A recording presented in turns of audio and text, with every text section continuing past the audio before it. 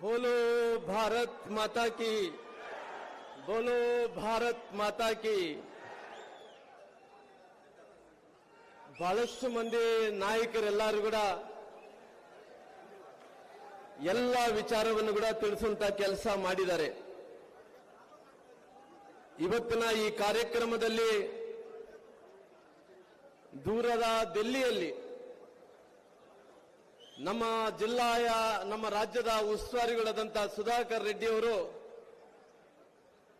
1ನೇ ತಾರೀಕಿಗೆ ಗಲಭೆ ಆದ ನಂತರ 7-7:30 ಆಸ್ಪಾಸ್ನಲ್ಲಿ ಜನಾರ್ದನ್ ರೆಡ್ಡಿ ಅವರ ಜೊತೆಯಲ್ಲಿ ಅವರ ಕುಟುಂಬದ ಗಾಲಿ ಅರುಣ್ ಅವರ ಜೊತೆಯಲ್ಲಿ ಸತತವಾಗಿ ಅವರ ಜೊತೆಯಲ್ಲಿ ಮಾತನಾಡೋದ್ರ ಮೂಲಕ ಎಲ್ಲ ರೀತಿಯಲ್ಲೂ ಕೂಡ ನಮ್ಮ ಪಕ್ಷದ ಕಾರ್ಯಕರ್ತರಿಗೆ ಜನಾರ್ದನ್ ರೆಡ್ಡಿ ಕುಟುಂಬಕ್ಕೆ ಶಕ್ತಿಯನ್ನು ತುಂಬುವಂತ ಕೆಲಸ ಮಾಡಿದರೆ ಇವತ್ತು ಸಮಾವೇಶ ಕೂಡ ಬಂದಿದ್ದೀರಾ. ಹಂಗಾಗಿ ನಿಮ್ಮೆಲ್ಲರ ಪರವಾಗಿ ಸುಧಾಕರ್ ರೆಡ್ಡಿ ಅವರನ್ನ ನನ್ನ ಅಭಿನಂದನೆಗಳು ಕೂಡ ನಾನು ಸಲ್ಲಿಸ್ತೇನೆ. ಹಂಗಾಗಿ ಇವತ್ತು ನಮ್ಮ ವಿರೋಧ ಪಕ್ಷದ ನಾಯಕರಾದಂತಹ ಸನ್ಮಾನ್ಯ ಅಶೋಕ್ ಅಣ್ಣನವರು ಬಹುಶಃ 1ನೇ ತಾರೀಕು ಆದ ನಂತರ 2ನೇ ತಾರೀಕಿಗೆ 3ನೇ ತಾರೀಕಿಗೆ ಬಳ್ಳಾರಿಗೆ ಬರ್ತಾರೆ. ನಮ್ಮ ಛಲವಾದಿ ನಾರಾಯಣ ಸಂಬಂಧನವರು, ಮೇಲುಮಯ್ಯ ಅಪೋಸಿಷನ್ ಲೀಡರ್ ಅವರು, ನಂತರ ವಿಪಕ್ಷ ನಾಯಕರಾದಂಥ ಅಶೋಕ್ ಅಣ್ಣವರು ಬಂದು ನಮ್ಮ ಎಲ್ಲರಿಗೂ ಕೂಡ ಭಾರತೀಯ ಜನತಾ ಪಾರ್ಟಿಯ ಕಲ್ಯಾಣ ಕರ್ನಾಟಕ ಭಾಗದ ಕಾರ್ಯಕರ್ತರಿಗೆ, ವಿಜಯನಗರ ಮತ್ತು ಬಳ್ಳಾರಿ ಜಿಲ್ಲೆಯ ಮತ್ತು ಕೊಪ್ಪಳ ಜಿಲ್ಲೆಯ ಕಾರ್ಯಕರ್ತರಿಗೆ ನೀವು ಕಾಂಗ್ರೆಸ್ ಅವರ ಪರವಾಗಿ ಎದುರಬೇಡಿ, ನಾವು ಇರ್ತೀವಿ ಅನ್ನಂತ ಧೈರ್ಯವನ್ನು ತುಂಬಂತ ಕೆಲಸ ಅಶೋಕ್ ಅಣ್ಣವರು ಅವರು ಮಾಡಿದ್ದಾರೆ. ಬಹುಶಃ ರವಿ ಅಣ್ಣನವರು ಅವರು ಕಾರ್ಯಕರ್ತರಿದ್ದಂಗೆ ಅವರು, ನಾವು ನಮ್ಮ ಮನಸ್ಸಿನಲ್ಲಿ ಅವರು MLA ಅವರಲ್ಲ, ನಮ್ಮೆಲ್ಲರಲ್ಲಿ ಕೂಡ ಒಬ್ಬನಾಗಿ ಅವತ್ತಿನಿಂದ ಇಂದು ತನಕ ಕೂಡ ನಮ್ಮ ಜೊತೆಲಿದ್ದು ಎಲ್ಲ ಕಾರ್ಯಕ್ರಮವನ್ನು ಅಚ್ಚುಕಟ್ಟಾಗಿ ಮಾಡಿದ್ದಾರೆ. ಅವರು ಕೂಡ ನಾನು ಅಭಿನಂದನೆಗಳನ್ನು ನಾನು ಸಲ್ಲಿಸ್ತೇನೆ.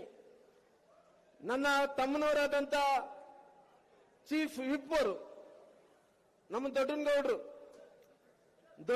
ಸಾಹೇಬರು ಕುಷ್ಟಗಿಯ ಶಾಸಕರು.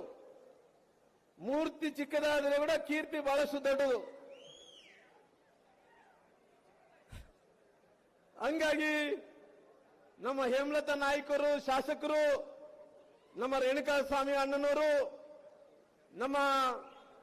ನಮ್ಮ ಗದಗಿನ ಮುಂಡ್ರಿಗೆಯ ಶಾಸಕರಾದಂತ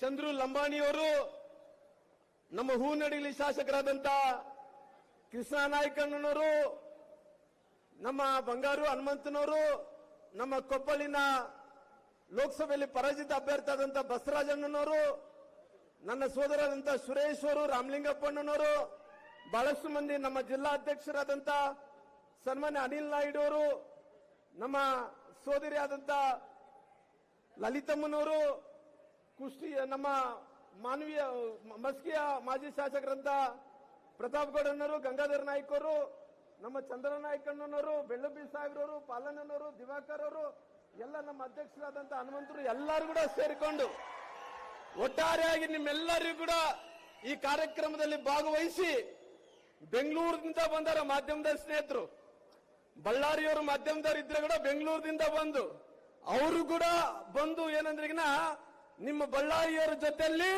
ನಮ್ಮ ವಿಜಯನಗರ ಜಿಲ್ಲೆಯವರ ಜೊತೆಯಲ್ಲಿ, ಉತ್ತರ ಕರ್ನಾಟಕ ಜನರ ಜೊತೆಯಲ್ಲಿ, ಹೈದರಾಬಾದ್ ಕರ್ನಾಟಕ ಜೊತೆಯಲ್ಲಿ ನಾವು ಕೂಡ ಇದೀವಿ ಅಂತೇಳಿ ಬೆಂಗಳೂರಿನಿಂದ ಬಂದಂತ ಎಲ್ಲ ಮಾಧ್ಯಮದ ಸ್ನೇಹಿತರು, ಬಳ್ಳಾರಿಯ ಮಾಧ್ಯಮದ ಸ್ನೇಹಿತರಿಗೆ ನಾನು ಅಭಿನಂದನೆಗಳು ನಾನು ಸಲ್ಲಿಸ್ತೀನಿ. ಯಾರನ್ನ ಹೆಸರನ್ನು ಬಿಟ್ಟಿದ್ರೆ ಅನ್ನಿತನ ವಾಸಕ್ಕೆ ಹೋಗ್ಬೇಡ್ರಿ. ನನಗೆ ಯಾರನ್ನ ಕಣ್ಣಿಗೆ ಕಾಣ್ತಾ ಇದೆ ನಮ್ಮ ಅರ್ಣಮ್ಮವರು ಸೇರಿಕೊಂಡು. ಹಂಗಾಗಿ ಇವತ್ತು ಬಹಳಷ್ಟು ವಿಚಾರಗಳನ್ನು ಈ ಸಮಾವೇಶದಲ್ಲಿ ತಿಳಿಸುವಂತ ಕೆಲಸ ಮಾಡಿದಾರ. ಬಹುಶಃ ಬಹಳಷ್ಟು ಮಂದಿ ಅಂದ್ಕೊಂತಾ ಇದ್ದಾರೆ, ಏನ್ ಅಂದ್ಕೊಂತಾ ಇದೆ ಅಂದಿಗ್ನ ಈ ಸಮಾವೇಶ ಶ್ರೀರಾಮುಲು ರಕ್ಷಣೆಗೋಸ್ಕರವಾಗಿ ಸಮಾವೇಶ ಅಂತೇಳಿ ತಿಳ್ಕೊಂಡಿದ್ದಾರ.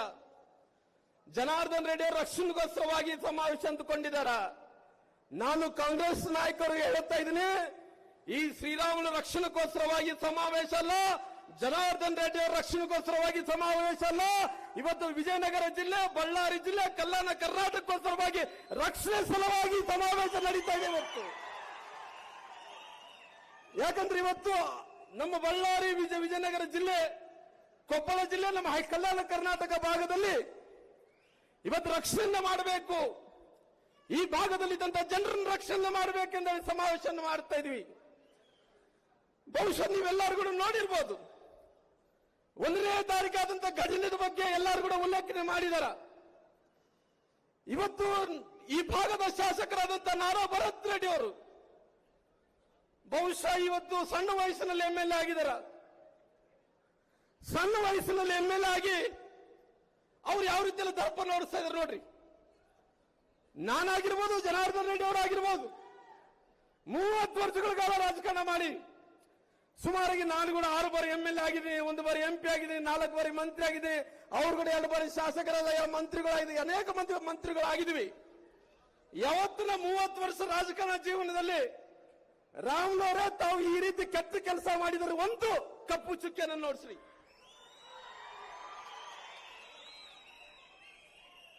ಆದ್ರೆ ಅವರು ಮಾಡಿದಂತ ನಾರಾ ಭರತ್ ರೆಡ್ಡಿ ಅವರು ಬಂದು ಅವ್ರ ಮಾತುಗಳು ನೋಡ್ರಿ.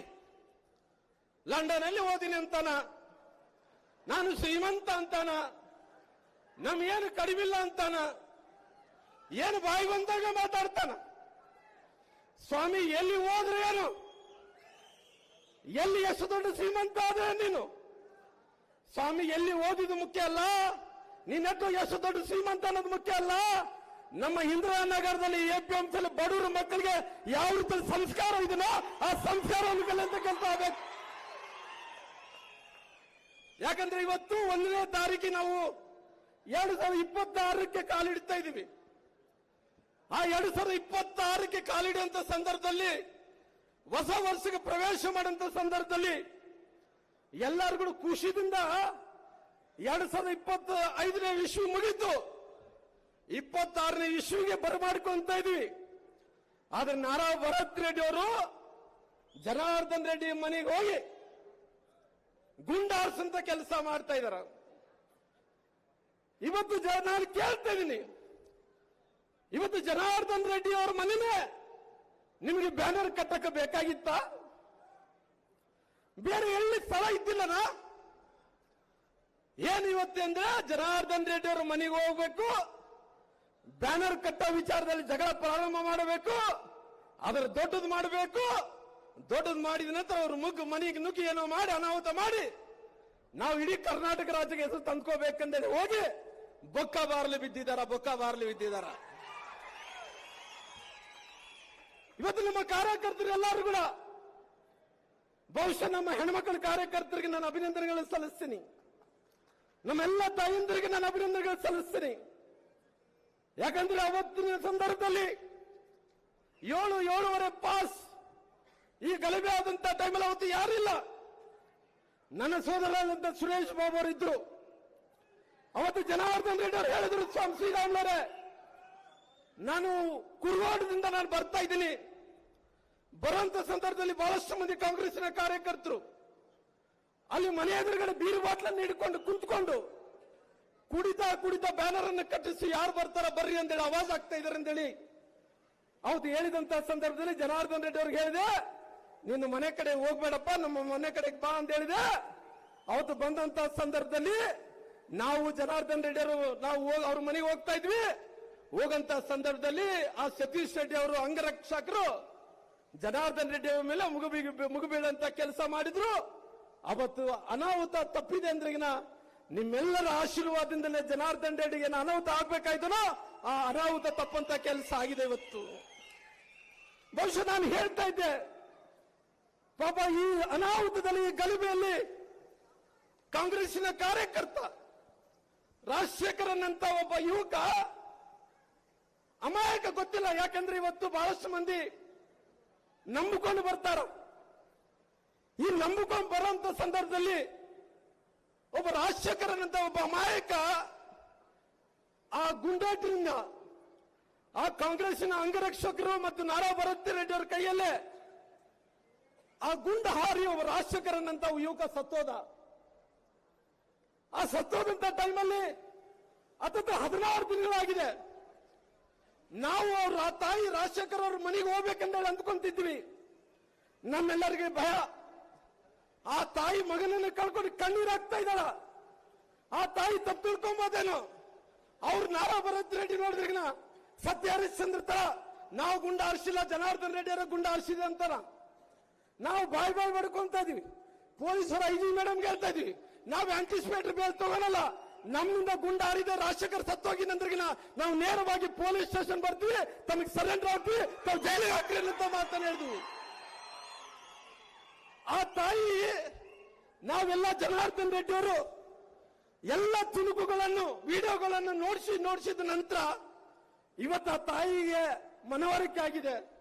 ಇಲ್ಲ, ನನ್ನ ಮಗ ರಾಜಶೇಖರ್ ಅವ್ರನ್ನ ಕಾಂಗ್ರೆಸ್ನ ನಾರಾ ಭರತ್ ರೆಡ್ಡಿ ಅವರು, ನಾರಾ ಭರತ್ ರೆಡ್ಡಿ ಅಂಗರಕ್ಷಕರು ಸತೀಶ್ ರೆಡ್ಡಿ ಅವರೇ ಕೊಂದಾರಂದೇಳಿ ಅವ್ರಿಗೆ ಸಮಾಧಾನ ಆದ ನಂತರ ಇವತ್ತು ನಮ್ಮ ಅಶೋಕನ್ನವರು, ವಿರೋಧ ಪಕ್ಷದ ನಾಯಕರು, ನಮ್ಮ ಚಲವಾದಿ ನಾರಾಯಣ ಸ್ವಾಮಣ್ಣನವರು, ಜನಾರ್ದನ್ ರೆಡ್ಡಿ ಅವರು, ಅವ್ರ ಧರ್ಮಪತ್ನಿ ಆದಂತ ಅರ್ಣಮ್ಮ ಅವರು ಹೋಗಿದ್ವಿ. ಹೋದಂತ ಟೈಮಲ್ಲಿ ಆ ತಾಯಿ ಹತ್ಲದ್ರಿಗೆ ನನ್ನ ಮಗನ ಕಳ್ಕೊಂಡಿದ್ದೀನಿ, ನಾನು ಸಾಯ್ಬೇಕಾಗಿತ್ತು, ನನ್ನ ಕಣ್ಣೆದುರುಗಡೆ ನನ್ನ ಮಗ ಸತ್ತಿದ್ದಾನಂದೇಳಿ ಆ ತಾಯಿ ಗೋಳೋ ಅಂದೇಳಿ ಹಾಳ್ತಾ ಇದ್ರು. ನಾನು ಹೇಳ್ತೀನಿ, ಇವತ್ತು ಆ ತಾಯಿಗೆ ಇವತ್ತು ಶ್ರೀಮತಿ ಗಾಲಿ ಅರುಣ ಅವರು ಸ್ವಂತ ರೊಕ್ಕದಿಂದ 10 ಲಕ್ಷ ರೂಪಾಯಿ ಚೆಕ್ ಅನ್ನು ಕೊಡಂತ ಕೆಲಸ ಮಾಡಿದ್ದಾರೆ. 10 ಲಕ್ಷ ರೂಪಾಯಿ. ತಾಯಿ ಮುಂದೆ ನಿನ್ನ ಮಗ ಏನು ಸತ್ತಾನೋ, ನಿನ್ನ ಮಗಗೆ ನಾವು ತನಿಖೆಯನ್ನು ಮಾಡಿಸ್ತೀವಿ, ಯಾರು ನಾರಾ ಭರತ್ ರೆಡ್ಡಿ ಅವರನ್ನು ಕೊಲ್ಲಿದಾರೋ ಅವ್ರಿಗೆ ಶಿಕ್ಷೆಯನ್ನು ಕೊಡುವಂತ ಕೆಲಸ ಮಾಡ್ತೀವಿ ಅನ್ನೋ ಮಾತನ್ನು ಕೂಡ ಹೇಳಿದಾರ. ಸ್ವಾಮಿ, ಇವತ್ತು ರಾಜಶೇಖರನಂತ ಯುವಕ ಸತ್ತ ಮೇಲೆ ಯಾರು ಅರೆಸ್ಟ್ ಮಾಡಬೇಕಾಗಿತ್ತು? ನಾರಾ ಭರತ್ ರೆಡ್ಡಿ ಅವ್ರನ್ನ, ಸತೀಶ್ ರೆಡ್ಡಿ ಅವ್ರನ್ನ ಅರೆಸ್ಟ್ ಮಾಡಬೇಕಾಗಿತ್ತು. ಪೊಲೀಸರು ತಪ್ಪು ಚರ್ಮ. ಬಹುಶಃ ನನಗೆ ಗೊತ್ತಿದೆ, ಇವತ್ತು ಪೊಲೀಸರಿಗೆ ನಾನು ಹೇಳ್ತೀನಿ, ಸರ್ಕಾರಕ್ಕೆ ಹೇಳ್ತೀನಿ, ಸ್ವಾಮಿ ಅಧಿಕಾರ ಇದಂದೇಳಿ ಇವತ್ತು ನಾರಾ ಭರತ್ ರೆಡ್ಡಿ ಅವರು ತಪ್ಪಿಸಬಹುದು.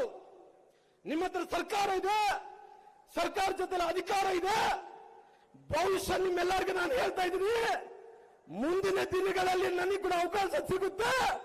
ನಾರಾ ಭರತ್ ರೆಡ್ಡಿ ಅವರು ಪಾತಾಳದಲ್ಲಿದ್ರೆ ಕೂಡ ನಾರಾ ಭರತ್ ರೆಡ್ಡಿ ಅವರೇ ನೆನಪಿಡ್ಕೋಬೇಕು. ತಾವು ನಾರಾ ಭರತ್ ರೆಡ್ಡಿ ನೆನಪಿಡ್ಕೋಬೇಕು. ನೀನು ಪಾತಾಳದಲ್ಲಿ ಬಚ್ಚಿಕೊಂಡಿದ್ರು ಕೂಡ, ನೀನು ಪಾತಾಳದಲ್ಲಿ ಬಚ್ಚಿಕೊಂಡಿದ್ರು ಕೂಡ ನಿನ್ನ ಹುಡುಕಿ ಹಿಡ್ಕೊಂಡ್ಬರ್ತೀನಿ ಅಂತಿರ್ಲಿ. ಇದು ನನ್ನ ಸವಾಲು. ಇದು ಭಾರತೀಯ ಜನತಾ ಪಾರ್ಟಿಯ ಒಬ್ಬೊಬ್ಬ ಕಾರ್ಯಕರ್ತರ ಸವಾಲು. ಇದು ಒಬ್ಬೊಬ್ಬ ಕಾರ್ಯಕರ್ತರ ಸವಾಲು. ನಾರಾ ಭರತ್ ರೆಡ್ಡಿ ಇವತ್ತು ಅಧಿಕಾರ ಇದೆ ಅಂದೇಳಿ, ಪೊಲೀಸ್ ದರ್ಪ ಇದೆ ಅಂದೇಳಿ ಇವತ್ತು ತಾವೇನು ತಪ್ಪಿಸ್ಕೊಂತ ಇದ್ರ. 2028ರಿಗೆ ಸೂರ್ಯಚಂದ್ರ ಎಷ್ಟು ಸತ್ಯನೋ ಭಾರತೀಯ ಜನತಾ ಪಾರ್ಟಿ ಸರ್ಕಾರ ಬರುವಷ್ಟು ಸತ್ಯ ಆಗಿದೆ. ಅವತ್ತಿನ ಸಂದರ್ಭದಲ್ಲಿ ಎಲ್ಲಿ ತಪ್ಪಿಸ್ಕೊಂತಿಗೆ ನಾನು ನೋಡ್ತೀನಿ. ಸ್ವಾಮಿ ನನ್ನ ಸೋದರಾದಂತ ಶಿವನಗೌಡರ ನಾಯ್ಕ ಅವರಿಗೆ ನಾನು ಸ್ವಾಗತವನ್ನು ಕೂಡ ಕೋರ್ತೀನಿ. ಸ್ವಾಮಿ, ಅವತ್ತು ನೋಡ್ತೀನಿ ನಿನ್ನ ಯಾರು ರಕ್ಷಣೆ ಮಾಡ್ತಾರಂದೇಳಿ, ನಾನು ನೋಡ್ತೀನಿ. ಬಹುಶಃ ರಾಜಶೇಖರ್ ಸತ್ತಿದ್ದಕ್ಕೋಸ್ಕರವಾಗಿ ಪೊಲೀಸರಿಗೆ ಕೈ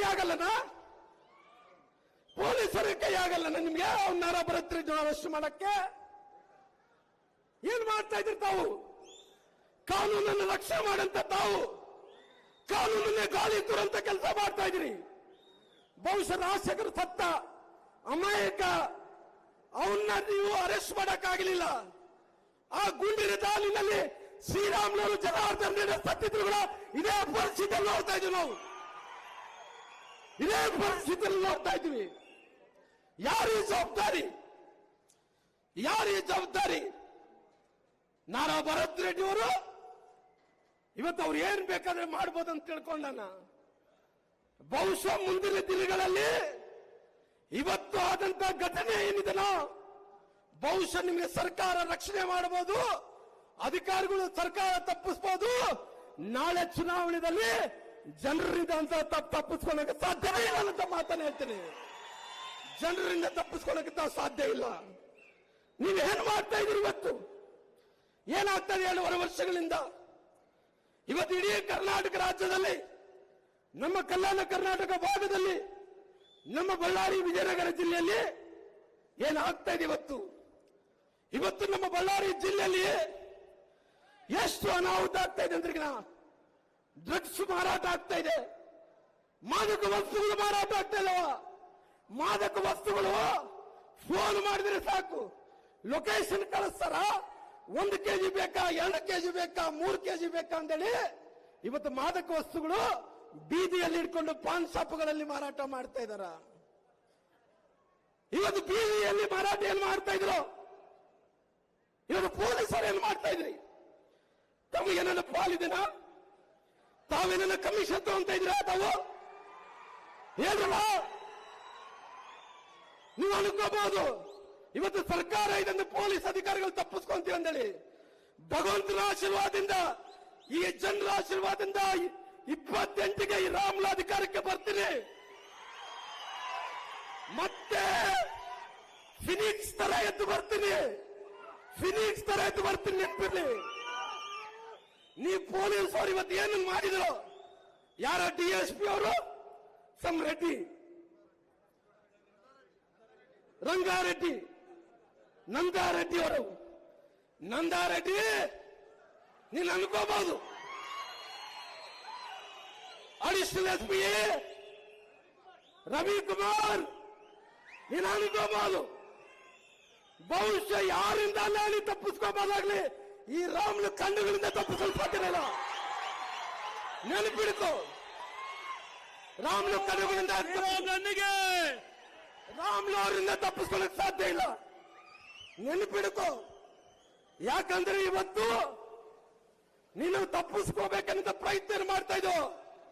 ನಾರಾ ಭರತ್ ರೆಡ್ಡಿ ಜೊತೆಲಿ ರವಿಕುಮಾರ್ ಅವರು, ನಂದಾರೆಡ್ಡಿ ಅವರು, ಅವ್ರು ಅನ್ಕೋಬಹುದು ರಿಟೈರ್ಡ್ ಆಗ್ತೀನಿ ಅಂತೇಳಿ.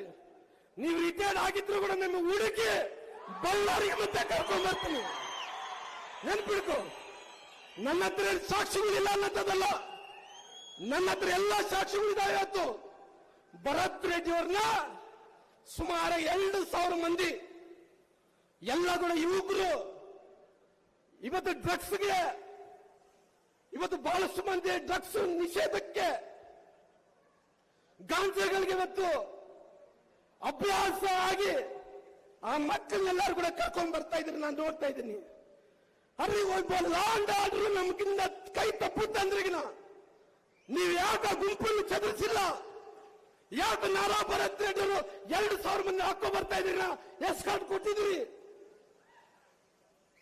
ಜನಾರ್ದನ್ ರೆಡ್ಡಿ ಅವರ ಮನೆ ಹತ್ರ ಬಂದಿದ್ದಕ್ಕೋಸ್ಕರವಾಗಿ ಫೈರಿಂಗ್ ಮಾಡಿದ್ದಾರೆ. ಅವರು ಒಬ್ಬರ ರಾಜಶೇಖರಂತ ಯುವಕ ಸತ್ತೋಗಿದ್ದಾನ.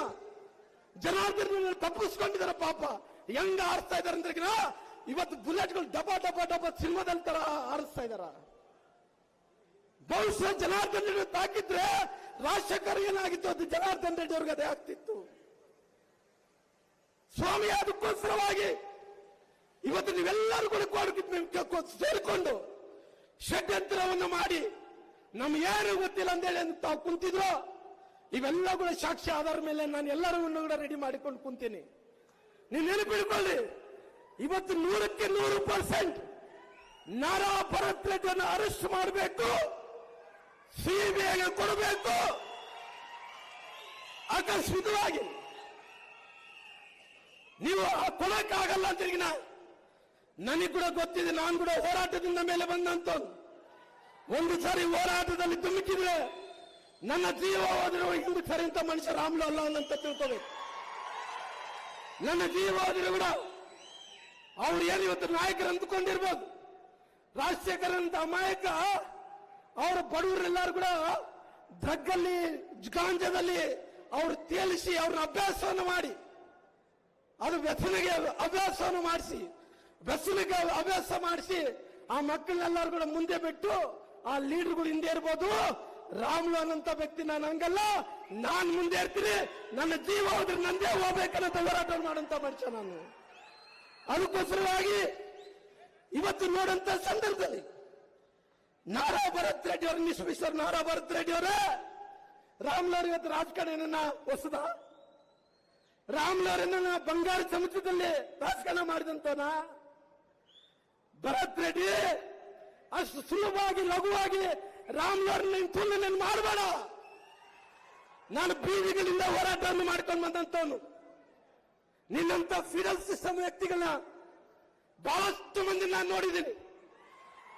ನನ್ನ ಜೀವನದಲ್ಲಿ ನನ್ನ ಕುಟುಂಬದ ಅಣ್ಣ ತಮ್ಮಂದರ ಜೊತೆಲಿ, ನನ್ನ ಅಕ್ಕ ತಂಗಿಯರ ಜೊತೆಲಿ ಇವತ್ತು ರಾಮ್ಲು ಅವರಿಗೆ ಸಹಕಾರ ಕೊಟ್ಟಂತ ಜನರು ನನ್ನ ಕಣ್ಣೆದುರುಗಡೆ ಇದ್ದಾರ. ಇವತ್ತು ಅನೇಕ ಹೋರಾಟಗಳನ್ನು ಮಾಡಿಕೊಂಡು ಒಬ್ಬ ನಗರ ಪಾಲಿಕೆ ಸದಸ್ಯರಿಂದ, ಒಬ್ಬ ಕೌನ್ಸಿಲರ್ದಿಂದ, ಇವತ್ತೊಬ್ಬ ಕೌನ್ಸಿಲರ್ದಿಂದ ನಾನು ಶಾಸಕನಾಗಿದ್ದೀನಿ, ಮಂತ್ರಿ ಆಗಿದ್ದೀನಿ. ಇವತ್ತು ಒಬ್ಬ ನಗರ ಪಾಲಿಕೆಯ ನಗರಸಭೆ ಸದಸ್ಯರ ಚುನಾವಣೆಯಿಂದ ಪಾರ್ಲಿಮೆಂಟ್ ಚುನಾವಣೆ ತನಕ ನೋಡಿದ್ದೀನಿ. ಗಲ್ಲಿ ರಾಜಕಾರಣದಿಂದ ಡೆಲ್ಲಿ ತನಕ ಕೂಡ ನಾನು ನೋಡಿದ್ದೀನಿ. ಭರತ್ ರೆಡ್ಡಿ ಅವರು ಇವತ್ತು ತಾವು ಅಹಂಕಾರದಿಂದ ಏನ್ ನಡ್ಕೊಂತ ಇದ್ರು, ತಾವು ಹೇಳ್ತಾ ಇದ್ರಿ ಏನು ಬಹುಶಃ ಅವ್ರು ಹೇಳ್ತಾ ಇದ್ರಂತೆ. ಏನ್ ಹೇಳ್ತಾ ಇದ್ರು, ನಾನು MLA ಆಗಿದ್ದೀನಿ, ಇವತ್ತು ನನ್ನ ಮಾತೇ ನಡೀತದೆ, ನನ್ನ ಮಾತು ಬಿಟ್ಟು ಬೇರೆ ಏನು ನಡೆಯಲಾದಂತ ಮಾತನ್ನು ಕೂಡ ಹೇಳ್ತಾ ಇದ್ರಂತೆ. ಇವತ್ತು ನಾನು ನೋಡ್ತಾ ಇದ್ದೀನಿ, ನಾರಾ ಭರತ್ ರೆಡ್ಡಿ ಅವರೇ, ತಾವು ಇನ್ನೊಂದು ಬಹಳಷ್ಟು ಕಲಿಬೇಕಾಗಿದೆ. ಈ ಆ ಊರ ಅಭಿವೃದ್ಧಿ ಅನ್ನಂಥದ್ದು ನೀವೊಬ್ಬರೇ ಮಾಡಿದ್ದಲ್ಲ, ನಿಮ್ಮ ತಾತನ ಆಸ್ತಿ ಅಲ್ಲ ಇದು. ಜನರು ಕಟ್ಟಿದಂತ ತೆರಿಗೆದಿಂದ ಆದ್ದರಿಂದ ಅಭಿವೃದ್ಧಿ ಕೆಲಸಗಳು, ಒಳ್ಳೆ ಕೆಲಸಗಳು ಮಾಡಿಕೊಂಡ್ರೆ ಶಾಶ್ವತವಾಗಿ ನೆನೆಸ್ತಾರ. ನೀನು ಕೆಟ್ಟ ಕೆಲಸ ಮಾಡಿಕೊಂಡ್ರೆ ಮುಂದಿನ ದಿನಗಳಲ್ಲಿ ನಿಮಗೆ ತಕ್ಕ ಪಾಠವನ್ನು ಕಲಿಸುವಂತ ಕೆಲಸ ಮಾಡ್ತಾರ. ರಾಜ್ಯದಲ್ಲಿ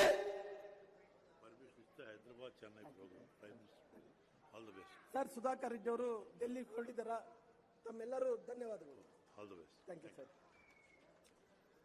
ಈ ರಾಜ್ಯದಲ್ಲಿ ಕಾಂಗ್ರೆಸ್ ಸರ್ಕಾರ ಅಧಿಕಾರಕ್ಕೆ ಬಂದ ನಂತರ ಗುಂಡಾಗಿರಿ ಅನ್ನಂಥದ್ದು ಎಗ್ಗಿಲ್ಲದಂತ ನಡೀತಾ ಇದೆ. ಬಹುಶಃ ಇವತ್ತು ಆಡಳಿತ ಮಾಡ್ತಿರೋಂಥ ಒಬ್ಬ ಶಾಸಕ ಹೆಂಗಿರಬೇಕು, ಹೆಂಗ ಕಾನೂನು ಸುವ್ಯವಸ್ಥೆ ಕಾಪಾಡಬೇಕು ಅನ್ನಂತ ಅರಿವಿರಬೇಕಾಗಿತ್ತು. ಎಲ್ಲ ಕಾನೂನುಗಳನ್ನ ಗಾಳಿಗಿತ್ತು ರೀ, ಎಲ್ಲ ಕಾನೂನುಗಳನ್ನ ಗಾಳಿಗಿತ್ತು ರೀ. ಇವತ್ತು ಬಳ್ಳಾರಿಯಲ್ಲಿ ಏನಾಗ್ತಾ ಇದೆ, ಬಳ್ಳಾರಿಯಲ್ಲಿ ಇವತ್ತು ಮಾದಕ ವಸ್ತುಗಳು, ಡ್ರಗ್ಸ್ ಮಾರಾಟ ಆಗ್ತಾ ಇದೆ. ಒಂದು ಕಡೆ ಮಟಗಾ ದಂಧೆಯಿಂದ ಓಸಿ ಅಂತಿರಲ್ಲ, ಗೊತ್ತಿದಲ್ಲ. ಮಟಗಾ ದಂಧೆ ಎಲ್ಲ ಕೂಡ ಆನ್ಲೈನ್ ಅಲ್ಲಿ ಮಟಗಾ ದಂಧೆ ಎಷ್ಟು ಆಗ್ತಾ ಇದೆ ಅಂದ್ರಿಗಿನ ಎಲ್ಲ ಕೂಡ ಆನ್ಲೈನ್ ದಂಧೆ ಆಗ್ತಾ ಇದೆ. ಅಕ್ರಮ ಬೆಟ್ಟಿಂಗ್ಗಳು ಆಗ್ತಾ ಇದೆ ಇವತ್ತು, ಅಕ್ರಮ ಕ್ಲಬ್ಗಳು ನಡೀತಾ ಇದೆ ಇವತ್ತು, ಎಲ್ಲ ಹಂತದಲ್ಲಿ ಭ್ರಷ್ಟಾಚಾರಗಳು ನಡೀತಾ ಇದಾವ. ಭ್ರಷ್ಟಾಚಾರದ ಜೊತೆಲಿ ಇವತ್ತು ಪೊಲೀಸರೇ ತಾವು ನೆನಪಿಡ್ಕೊಳ್ರಿ, ಇವತ್ತು ಒಬ್ಬ ಹುಡುಗಿ, ಯಾಕಂದ್ರೆ ಒಬ್ಬ ಹುಡುಗಿ ಎಷ್ಟು ವರ್ಷದ ಹುಡುಗಿ,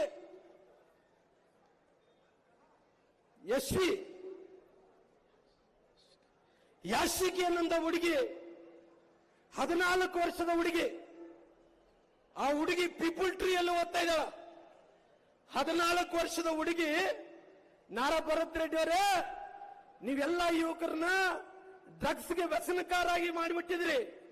ಇದು ನೋಡ್ರಿ, ಯಾಶಿಕಿ ಅನ್ನಂತ ಹುಡುಗಿ, 14 ವರ್ಷದ ಹುಡುಗಿ, ಲಂಬಾಣಿ ಸಮುದಾಯಕ್ಕೆ ಸೇರಿದಂತ ಯುವಕಿ.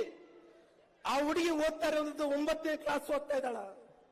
ಈ 9ನೇ ಕ್ಲಾಸ್ ಓದ್ತಾ ಇರೋಂತ ಆ ಹುಡುಗಿಗೆ, ಯಾಶಿಕಿಗೆ ಸುಮಾರು ಎಲ್ಲ ಯುವಕರು, 4-5 ಮಂದಿ ಯುವಕರು ಸೇರಿ ಡ್ರಗ್ಸ್ ತಗೊಂಡು ಆ ಯಾಶಿಕಿಯನ್ನವ್ರನ್ನ ಅತ್ಯಾಚಾರ ಮಾಡಂತ ಕೆಲಸ ಮಾಡಿದಾಳ.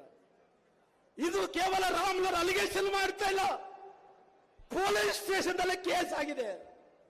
ಎಲ್ಲ ಯುವಕರೆಲ್ಲ ಕೂಡ ಡ್ರಗ್ಸ್ ತಗೊಂಡು ಆ ಯಾಶಿಕಿಯನ್ನಂತ ಲಂಬಾಣಿ ಸಮುದಾಯದ ಹುಡುಗಿಗೆ ಇವತ್ತು ರೇಪ್ ಮಾಡಂತ ಕೆಲಸ ಮಾಡಿದಾರ. ಬಹುಶಃ ಇವತ್ತು ನಾರಾ ಭರತ್ ರೆಡ್ಡಿ ಅವರೇ, ಇವತ್ತು ಎಲ್ಲರೂ ಕೂಡ ಡ್ರಗ್ಸ್ಗೆ ಏನು ವ್ಯಸನಕಾರ ಯುವಕರನ್ನು ಮಾಡಿದಿರೋ, ನಾಳೆ ನಮ್ಮ ಮಕ್ಕಳು ಯಾರನ್ನ ಶಾಲೆಗೆ ಹೋದ್ರಿಗಿನ, ಕಾಲೇಜ್ಗೆ ಹೋದ್ರಿಗಿನ ಆ ಮಕ್ಕಳು ವಾಪಸ್ ಬರ್ತಾರ? ಭರತ್ ರೆಡ್ಡಿ ಅವರೇ, ಭರತ್ ರೆಡ್ಡಿ ಇವತ್ತು ಕೇವಲ ಯಾಶಿಕಿಗೆ ಒಬ್ಬೇ ಅಲ್ಲ, ಇವತ್ತು ಅನೇಕ ಮಕ್ಕಳಿಗೆ ಈ ರೀತಿ ಆಗ್ತಾ ಇದೆ. ನೀವು ನಾರಾ ಭರತ್ ರೆಡ್ಡಿ ಅವರೇ, ಇವತ್ತು ಡ್ರಗ್ಸ್ಗೆ ವ್ಯಸನಕಾರ ಏನೇ ಮಾಡ್ತಾ ಇದ್ರು, ನಾಳೆ ನಿಮ್ಮ ಕುಟುಂಬದಲ್ಲಿ ಯಾರಿಗನ ಆದ್ರೆ ಆ ನೋವು ನಿಮಗೆ ಗೊತ್ತಾಗುತ್ತೆ. ನಮ್ಮಂತ ಬಡವರ ಕಣ್ಣೀರು ನಿಮ್ಗೆ ಗೊತ್ತಾಗಲ್ಲ, ಖಂಡಿತವಾಗಿ ಇಂಥ ಅನೇಕ ಘಟನೆಗಳು ಕೂಡ ನಡೆಯುವಂತ ಕೆಲಸ ಆಗ್ತಾ ಇದಾವ. ಅದಕ್ಕೋಸ್ಕರವಾಗಿ ಇವತ್ತಿನ ಪರಿಸ್ಥಿತಿಯಲ್ಲಿ ಕೇವಲ ಗುಂಡಾಗಿರಿಯನ್ನು ಕರ್ನಾಟಕ ರಾಜ್ಯದಲ್ಲಿ ನಡೀತಾ ಇದೆನೋ ನಾನು ಕೇಳ್ತಾ ಇದ್ದೇನೆ, ಗೃಹ ಮಂತ್ರಿಗಳು ಎಲ್ಲಿದ್ದೀರಿ ಸ್ವಾಮಿ? ಗೃಹ ಮಂತ್ರಿಗಳೇ, ಇಷ್ಟು ಒಬ್ಬ ಯುವಕ ನಿಮ್ಮ ಕಾಂಗ್ರೆಸ್ ಕಾರ್ಯಕರ್ತ ಸತ್ತೋಗಿದ್ದಾನ. ಆ ಸತ್ತೋದಂತ ಯುವಕರಿಗೆ ಬಂದು ಆ ಲಾ ಅಂಡ್ ಆರ್ಡರ್ ಏನಾಗಿತ್ತು ಅಂದೇಳಿ ನಿಮ್ಮ ಸಂಬಂಧಪಟ್ಟಿದ್ದಂತ ಇಲಾಖೆಯಲ್ಲಾಗ್ಲಿ ಮಂತ್ರಿ ಆಗಿ ಇವತ್ತು ನೀವು ಮೀಟಿಂಗ್ ಮಾಡ್ಬೋದಿತ್ತಲ್ಲ. ಉಪಮುಖ್ಯಮಂತ್ರಿಗಳು ಬಂದು ಏನ್ ಮಾಡಿದ್ರು? ಏನು ಉಪಮುಖ್ಯಮಂತ್ರಿಗಳು ಸಂವಿಧಾನಕ್ಕೆ ಹುದ್ದೆನಾ? ಉಪಮುಖ್ಯಮಂತ್ರಿಗಳು ಸಂವಿಧಾನಕ್ಕೆ ಹುದ್ದೆನಾ? ಎಲ್ಲ ಕ್ಯಾಬಿನೆಟ್ ಅಲ್ಲಿ 36 ಮಂತ್ರಿಗಳೇ ಒಬ್ಬ ಸಂವಿಧಾನಕ್ಕೆ ಹುದ್ದೆನಲ್ಲ.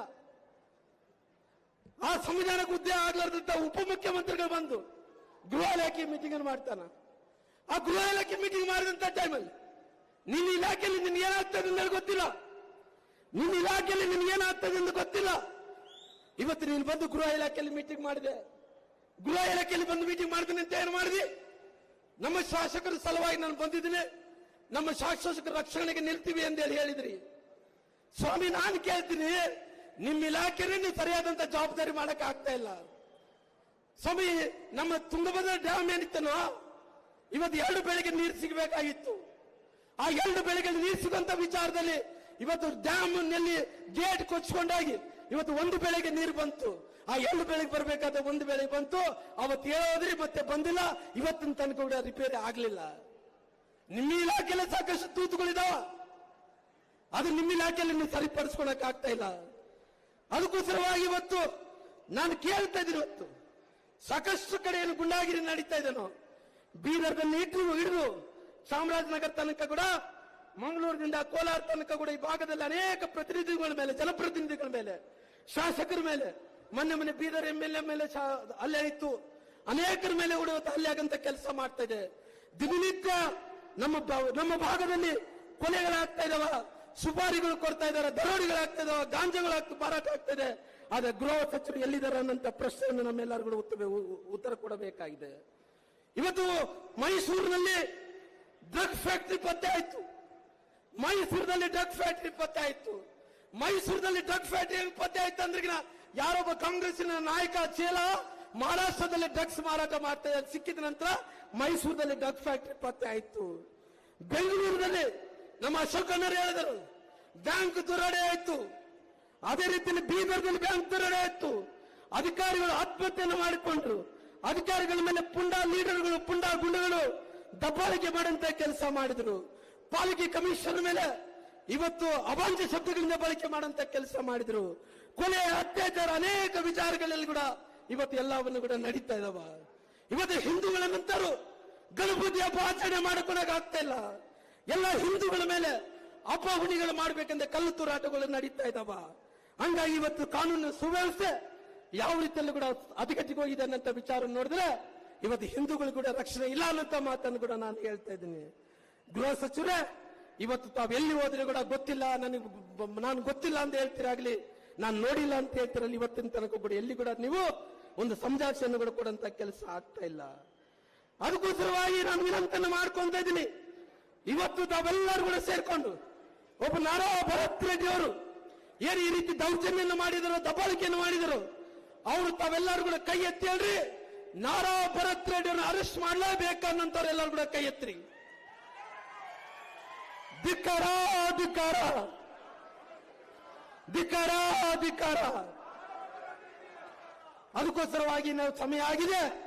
ತಮ್ಮೆಲ್ಲರೂ ಕೂಡ ನಾನು ವಂದಿಸುತ್ತಾ ನಾನು ಮಾತುಗಳು ಮುಕ್ತಾಯ ಮಾಡ್ತಾ ಇದ್ದೀನಿ. ಜೈ ಹಿಂದ್, ಜೈ ಕರ್ನಾಟಕ, ಜೈ ಭೀಮ್.